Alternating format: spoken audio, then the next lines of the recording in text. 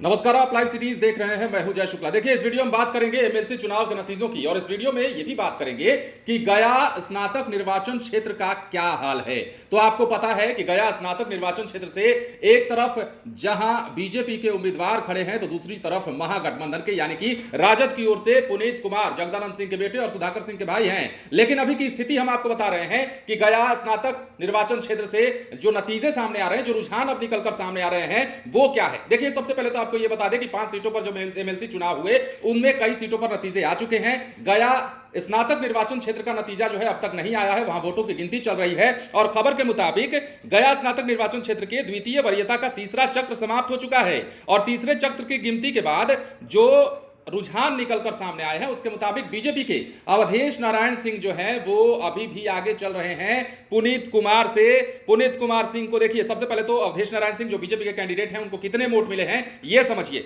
इनको वोट अब तक के हिसाब से जो आंकड़े सामने आए हैं उसके मुताबिक 22,112 वोट मिले हैं, जबकि महागठबंधन की ओर से लड़ रहे राजद के प्रत्याशी जो हैं पुनीत कुमार सिंह को 21,929 वोट अब तक मिले हैं। और सबसे खास बात यह कि मतगणना जारी है। देखिए, सुबह से अगर हम रुझानों की बात कर लेते हैं तो अवधेश नारायण सिंह आगे चल रहे हैं। सुबह से ही जब गिनती पहले चरण का खत्म हुआ, दूसरे वरीयता की जब गिनती शुरू हुई, उसके बाद तीसरे वरीयता की जब गिनती चल रही है, द्वितीय वरीयता की जब गिनती चल रही है, माफ कीजिएगा, और द्वितीय वरीयता में तीसरे चक्र की जो गिनती खत्म हुई है उसके बाद का जो रुझान सामने आया है उसमें भी बीजेपी को बढ़त मिलती हुई दिखाई दे रही है। तो सबसे खास बात है, गया की 2 सीटों पर अगर हम बात कर ले, गया शिक्षक निर्वाचन क्षेत्र की बात कर लेते हैं या फिर गया स्नातक निर्वाचन क्षेत्र की बात कर लेते हैं, तो इन दोनों सीटों पर बीजेपी ने कब्जा जमाया है। गया शिक्षक निर्वाचन क्षेत्र से आपने देखा कि जीवन कुमार विजयी हुए हैं। वहां पर उन्होंने महागठबंधन के प्रत्याशी को धूल चटाई, एक बड़ी जीत कह सकते हैं और बड़ी फतेह कह सकते हैं जीवन कुमार के लिए। और उस दूसरी बात,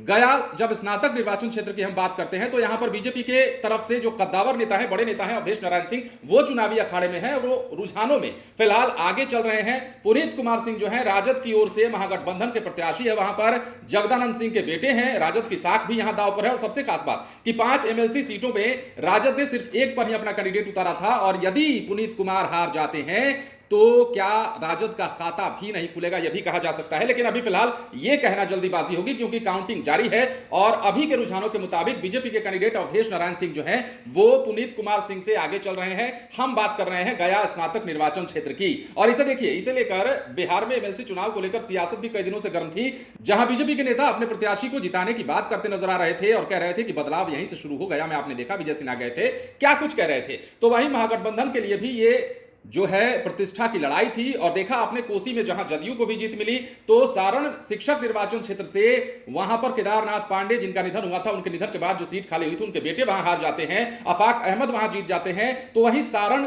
जो है स्नातक निर्वाचन क्षेत्र की बात कर लेते हैं तो वहां पर जदयू की बड़ी जीत हुई है। तो कुल मिलाकर ये हालात हैं गया स्नातक निर्वाचन क्षेत्र के और वहां पर फिलहाल बीजेपी की बढ़त बनी हुई है। बने रहे लाइव सिटीज के साथ। यदि अब तक आपने हमारे चैनल को सब्सक्राइब नहीं किया है तो सब्सक्राइब कर लीजिए ताकि हम आपको खबरों से अपडेट रख सके। धन्यवाद।